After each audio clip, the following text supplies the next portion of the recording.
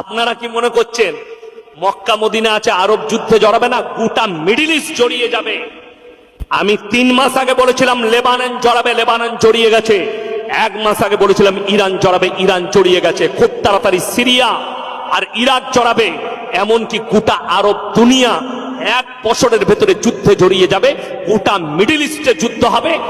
আগামীতে পৃথিবীতে যুদ্ধ ছড়িয়ে পড়বে, 3য় বিশ্বযুদ্ধ। আর 3য় বিশ্বযুদ্ধে যিনি অংশগ্রহণ করবেন তিনি হচ্ছেন ইমাম মেহদি। জোরে বলুন সুবহানাল্লাহ।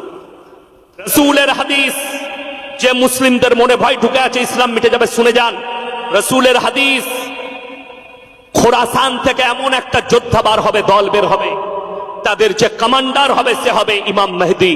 তারা যখন যুদ্ধ করতে শুরু করবে, পৃথিবীর আর কোনো শক্তি তাদের সামনে দাঁড়াতে পারবে না। তারা গিয়ে আল আকসায় ইসলামের ঝান্ডা গাড়বে। গোটা পৃথিবীতে ইসলাম প্রতিষ্ঠিত হবে। 20 কোটি মুসলমানের প্রাণ যাবে তার আগে, আর ইসলাম প্রতিষ্ঠিত হবে।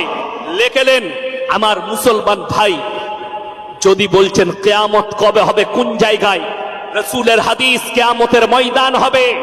ওই ফিলিস্তিনের ময়দানটাই হবে কিয়ামতের ময়দান। ওই ফিলিস্তিন গাজার ময়দানটাই হবে কিয়ামতের ময়দান, যেখানে গোটা পৃথিবীর মানুষকে আল্লাহ জড়ো করবেন।